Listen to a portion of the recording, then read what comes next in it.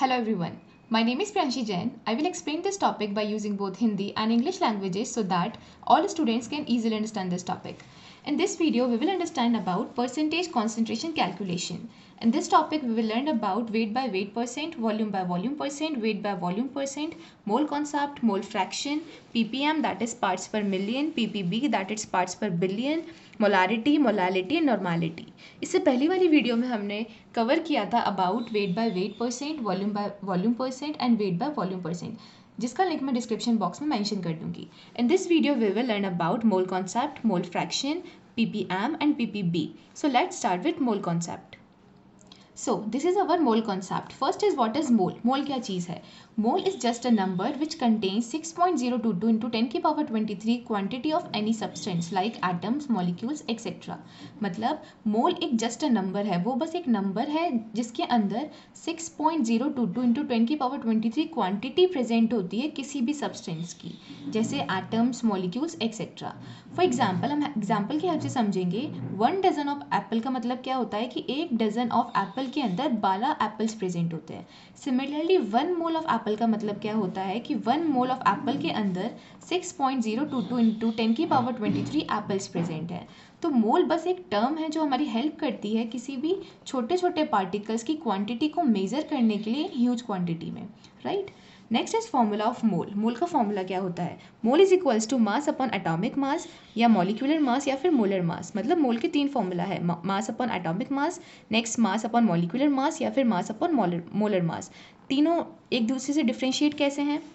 देखिए, अगर आपको कैलकुलेट करना है नंबर ऑफ मोल्स किसका, एटम का, अगर आपको एटम के नंबर ऑफ मोल्स पता करने हैं तो हम फॉर्मूला यूज़ में लेंगे mole is equals to mass upon atomic mass.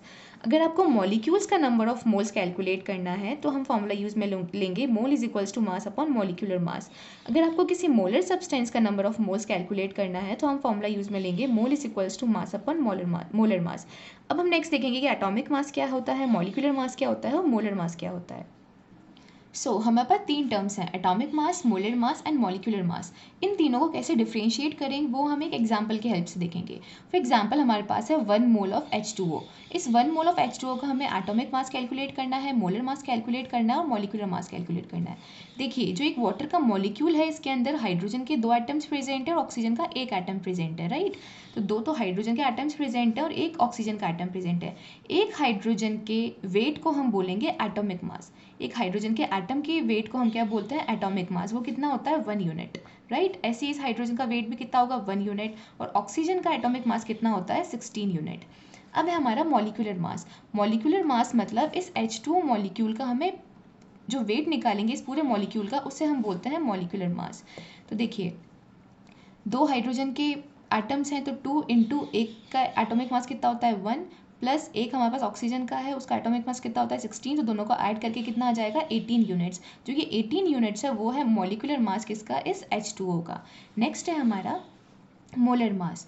Molar मास क्या होता है कि इस 1 मोल ऑफ H2O के पूरे के अगर हम वेट को कैलकुलेट करें तो उसको हम बोलते हैं मोलर मास. देखिए, 1 मोल ऑफ H2O का मतलब क्या होता है कि 1 मोल ऑफ H2O के अंदर 6.022 इंटू 10 की पावर 23 H2O मॉलिक्यूल्स प्रेजेंट हैं, राइट. ये तो क्वांटिटी हुई. और एक H2O की कितना वेट होता है, 18 यूनिट. तो हम इसको इंटू कर देंगे 18 से, जिससे हमारा आंसर आएगा 108.396 इंटू 10 की पावर 23 यूनिट्स.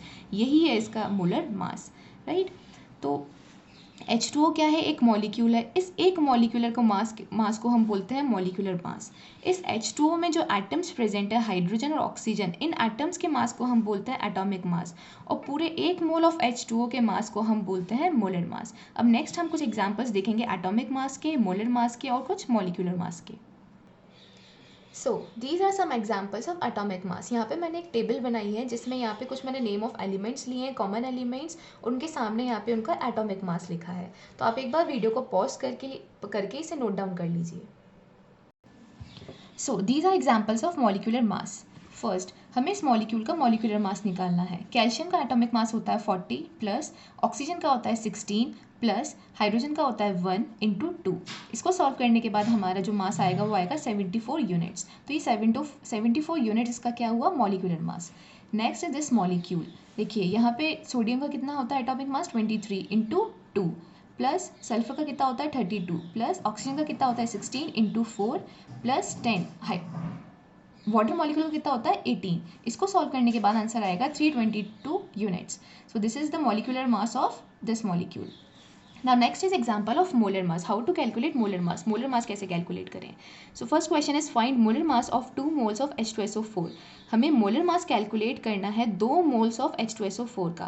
तो सबसे पहले हम molecular mass निकालेंगे H2SO4 का। So molecular mass of H2SO4 is 1 into 2 plus sulphur का 32 प्लस ऑक्सीजन का 16 इंटू 4। इसको कैलकुलेट करने के बाद आएगा 98 यूनिट्स। ये 98 यूनिट्स मॉलिक्यूलर मास है H2SO4 का। अब हम निकालेंगे molar mass of 2 moles of H2SO4।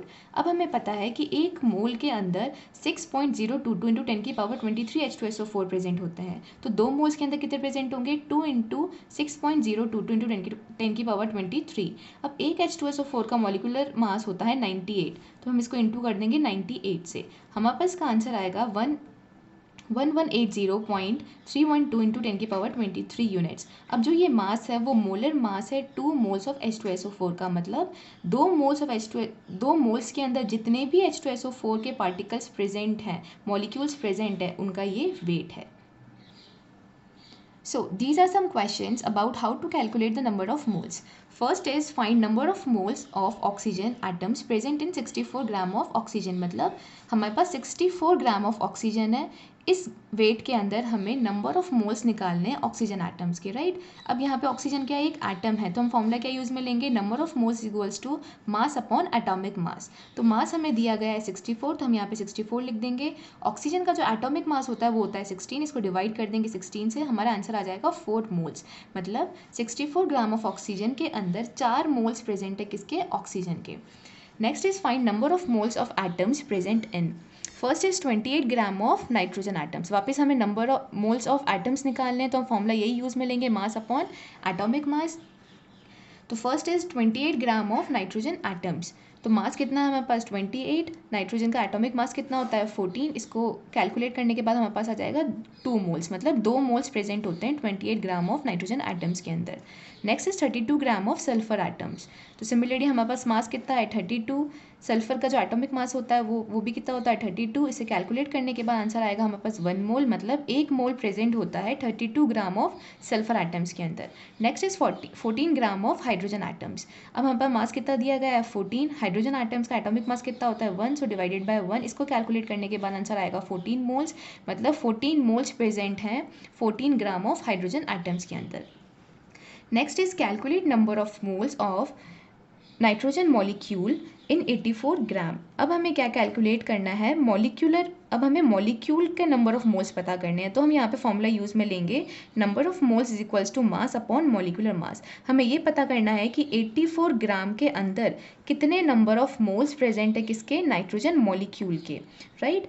तो मास हमें दिया गया है 84, तो मास की जगह हम लिख देंगे 84 डिवाइडेड बाय मॉलिक्यूलर मास कितना होगा नाइट्रोजन का एक एटम का होता है 14, तो 2 एटम के कितने होंगे into 2, so 2 into 14 is equals to 84 divided by 28। तो इसको सॉल्व करने के बाद, कैलकुलेट करने के बाद हमारे पास आंसर आएगा 3 मोल्स। इसका मतलब 3 moles of nitrogen molecules in 84 ग्राम, मतलब 3 मोल्स प्रेजेंट हैं नाइट्रोजन मॉलिक्यूल्स के 84 ग्राम के अंदर। So next is example number question number 4। Calculate number of moles in 392 gram of H2SO4। हमें नंबर ऑफ मोल्स कैलकुलेट करने हैं। हमारे पास मास दिया गया है 392 और हमें मॉलिक्यूल दिया गया है H2SO4, राइट। तो सबसे पहले हम नंबर ऑफ मोल्स कैलकुलेट करेंगे। So number of moles is equals to, अब हमें यहाँ पे मॉलिक्यूल का निकालना है, तो हम फॉर्मूला क्या लगाएंगे, मास अपॉन मॉलिक्यूलर मास। तो मॉलिक्यूलर मास क्या होगा H2SO4 का, एक हाइड्रोजन का कितना होता है 1, 2 हाइड्रोजन है तो इंटू 2, प्लस सल्फर का कितना होता है 32, तो प्लस 32, ऑक्सीजन का कितना होता है 16, सो प्लस 16 इंटू 4। इसको सॉल्व करने के बाद आ जाएगा हमारे पास 98 यूनिट्स। तो हमारे पास मॉलिक्यूलर मास आ गया। अब next formula, number of moles is equals to mass upon molecular mass. Mass हमें दिया गया है 392 ग्राम क्वेश्चन में, मॉलिक्यूलर मास हमें अभी कैलकुलेट कर लिया, दैट इज 98। इसको सॉल्व करने के बाद हमारा आंसर आएगा 4 मोल्स, मतलब 4 moles in 392 gram of H2SO4, मतलब 4 मोल्स प्रेजेंट हैं H2SO4 के 392 ग्राम ऑफ सॉल्यूशन के अंदर। अब नेक्स्ट है हमारा question number 5, that is calculate number of atoms of the elements in 53 gram of Na2CO3। और यहाँ पे हमें एटॉमिक मास दिए गए हैं, सोडियम के 23, कार्बन का 12 एंड ऑक्सीजन का 16। इस क्वेश्चन का मतलब क्या है, अभी तक तो हम नंबर ऑफ मोल्स कैलकुलेट कर रहे थे, बट इस क्वेश्चन में हमें नंबर ऑफ एटम्स कैलकुलेट करने हैं 53 ग्राम के अंदर। किसके एटम्स? सोडियम के, कार्बन के और ऑक्सीजन के। इस क्वेश्चन को सॉल्व करने का एक फॉर्मेट होता है। सबसे पहले हमें कैलकुलेट करना होता है नंबर ऑफ मोल्स, उसके बाद नंबर ऑफ मॉलिक्यूल्स, और उसके बाद हम कैलकुलेट करते हैं नंबर ऑफ एटम्स। सबसे पहले हम कैलकुलेट करेंगे number of moles. So this is number of moles. Number of moles is equals to mass upon molecular mass. तो मास हमें दिया गया है 53, क्वेश्चन में हमें मास दिया गया है 53, राइट। H2SO4 का मॉलिक्यूलर मास निकालेंगे, सॉरी Na2CO3 का मॉलिक्यूलर मास निकालेंगे। सोडियम का होता है 23 इंटू 2 प्लस कार्बन का होता है 12 इंटू 1 प्लस ऑक्सीजन का होता है 16, सो 16 इंटू 3। इसको सॉल्व करने के बाद आएगा हमारा 53 अपॉन 106, दैट इज 0.5 मोल। तो हमारे नंबर ऑफ मोल्स आ गए 0.5 मोल। अब हम निकालेंगे number of molecules. So now calculate number of molecules. हमें पता है कि 1 मोल के अंदर 6.02 इंटू 10 की पावर 23 मॉलिक्यूल्स होंगे। तो 0.5 मोल के अंदर कितने होंगे, हम इस 0.5 को इससे इंटू कर देंगे, तो हमारे पास आंसर आएगा 3.011 इंटू 10 की पावर 23 मॉलिक्यूल्स। मतलब 0.5 मोल के अंदर इतने मॉलिक्यूल्स प्रेजेंट है हमारे Na2CO3 के, राइट। अब हम कैलकुलेट करेंगे नेक्स्ट नंबर ऑफ एटम्स। अब देखिए, हमने ये देखा कि 1 मॉलिक्यूल ऑफ Na2CO3 के अंदर 2 सोडियम के एटम्स प्रेजेंट है, एक कार्बन का एटम प्रेजेंट है और 3 ऑक्सीजन के कार्बन के एटम्स प्रेजेंट है, राइट। तो 3.011 इंटू 10 की पावर 23 मॉलिक्यूल्स में कितने प्रेजेंट होंगे, सोडियम, कार्बन और ऑक्सीजन के एटम्स। तो हम क्या करेंगे, 2 को इंटू कर देंगे इस नंबर से, तो हमारे पास आ जाएंगे सोडियम के एटम्स, और हम इंटू कर देंगे 1 को इस नंबर से, तो हमारे पास आ जाएंगे कार्बन के atoms, number of carbon atoms, और हम 3 को इंटू कर देंगे इस नंबर से, तो हमारे पास आ जाएंगे number of oxygen atoms, right. तो इंटू करने के बाद हमारे पास सोडियम के एटम्स आ जाएंगे 6.022 इंटू 10 की पावर 23। इसको कैलकुलेट करने के बाद हमारे पास कार्बन के एटम्स आ जाएंगे 3.011 इंटू 10 की पावर 23 कार्बन एटम्स, और इसको कैलकुलेट करने के बाद हमारे पास ऑक्सीजन के एटम्स आ जाएंगे 9.033 इंटू 10 की पावर 23 एटम्स, राइट। तो 53 ग्राम ऑफ Na2CO3 के अंदर 6.022 इंटू 10 की पावर 23 सोडियम एटम्स प्रेजेंट है, 3.011 इंटू 10 की पावर 23 कार्बन एटम्स प्रेजेंट है, एंड 9.033 इंटू 10 की पावर 23 ऑक्सीजन एटम्स प्रेजेंट है। सो this is all about mole concept. Mole concept को और क्लियर करने के लिए आप और भी क्वेश्चन सॉल्व करिए। So next topic is mole fraction. So the formula of mole fraction is equals to number of moles upon total number of moles, right? Mole fraction को हम जीटा के नाम से भी जानते हैं, और इसका सिंबल होता है इस टाइप का, एक्स टाइप का। देखिए, मोल फ्रैक्शन को हम एक एग्जांपल के हेल्प से समझते हैं। हमारे पास एक बीकर है जिसके अंदर सॉल्यूशन प्रेजेंट है। सॉल्यूशन के अंदर एक तो सॉल्यूट होता है, जो यहाँ पे मैंने ए लिया है, और बी को यहाँ पे मैंने सॉल्वेंट लिया है। इस सॉल्यूशन के अंदर ए सॉल्यूट है और बी सॉल्वेंट है। सो दिस इज अवर